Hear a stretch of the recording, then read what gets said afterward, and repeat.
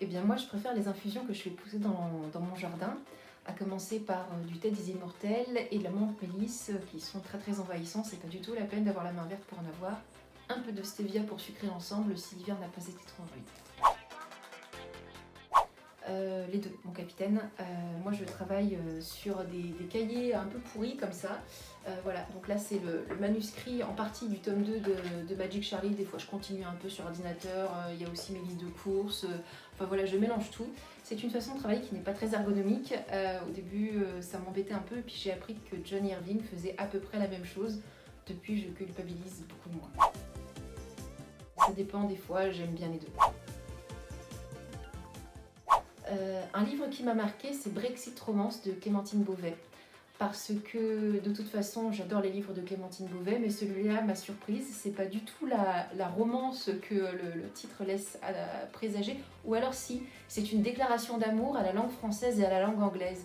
Et même quand, comme moi, on parle très mal anglais, on peut profiter de ce livre à fond, qui est une galerie de personnages tous plus extraordinaires les uns que les autres, et puis surtout qui est une ode à la traduction, au passage d'une langue à l'autre, etc. C'est un livre qui est beaucoup plus riche et beaucoup plus intelligent qu'il en a l'air, enfin si j'ose dire, mais bon, quelque part c'est Clémentine Beauvais, donc évidemment c'est pas très surprenant.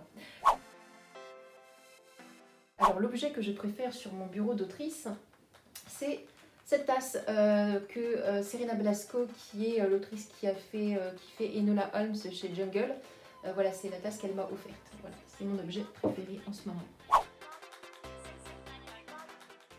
Plutôt série en ce moment, mais en fait j'avoue que ces derniers temps j'ai pas trop le temps ni de lire ni de regarder la télé, donc voilà, en ce moment plutôt pas grand chose malheureusement. Alors moi mes livres, je leur éclate la tranche, c'est-à-dire que je les pose à plat, ils ont des taches de gras, des taches de café, ils sont vivants, d'ailleurs j'en ai partout dans la maison, ils sont étalés, là j'ai fait un petit peu de ménage autour de moi, mais normalement il y en a absolument partout.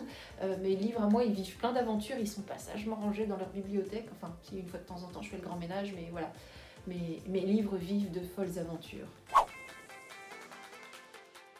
Et bien malheureusement, moi j'ai pas d'anecdote très gaie. Quand j'ai écrit les Poisons de Catarse, qui est un livre hommage à Terry Pratchett, il se trouve que Terry Pratchett est mort.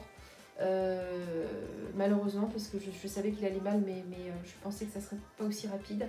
Et donc du coup, j'ai mis une note de bas de page à l'intérieur du livre, à la fin du chapitre 11. Note de l'auteur: pendant que j'écrivais ce chapitre, Sir Terry Pratchett est mort. Et voilà, et j'ai jamais voulu l'enlever cette note, parce que c'est un livre qui a eu plusieurs publications, plusieurs éditions, mais j'ai jamais voulu la faire sauter. Voilà, c'est une forme d'hommage. Et bien justement, Sir Terry Pratchett pour son humour, Sir Terry Pratchett pour son humanisme, son très profond humanisme, Sir Terry Pratchett aussi pour la richesse extraordinaire de ses récits, de ses personnages, de ses univers, de la complexité de ses intrigues, mais en même temps c'était... Voilà, je voudrais que tout le monde lise ou ait lu Terry Pratchett. Ah, alors mon dernier livre, bien, c'était le tome 12 de Princesse Sarah. Donc en 5 mots, dirigeable, automate, tribunal, New York et courage peut-être, voilà. Bon, c'est un livre avec ce troisième cycle était très trépidant, plein d'aventures. Alors ça ne sera pas tout à fait le prochain livre à paraître, mais là en ce moment j'avance à toute berzingue sur le tome 2 de Magic Charlie qui paraîtra en novembre prochain.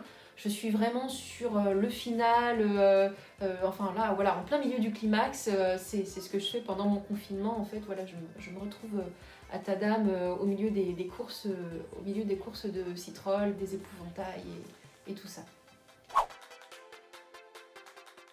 Eh bien le livre de mon enfance, je dirais les contes de Grimm. J'avais une version non expurgée des contes de Grimm. Alors, je sais pas si c'était une bonne idée de me mettre ça entre les mains, parce qu'il y avait quand même des tas de contes qui étaient extraordinairement misogynes, il y avait aussi des tas de bondieuseries et des contes antisémites dedans.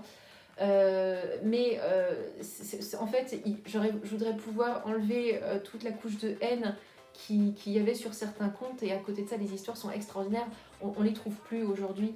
J'avoue que j'aimerais beaucoup qu'il y ait une édition des Contes de Grimm non expurgée, mais pour adultes, quelque chose, un vrai bouquin universitaire que je puisse me mettre sous la dent aujourd'hui. En attendant, voilà, je chéris cette vieille édition qui ressemble plus à rien que j'avais quand j'étais petite.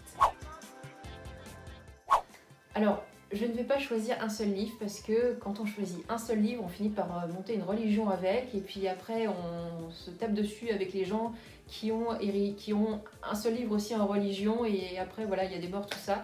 Donc je pense que je vais continuer à rester sur un maximum de livres. Voilà. Au revoir et bonne journée.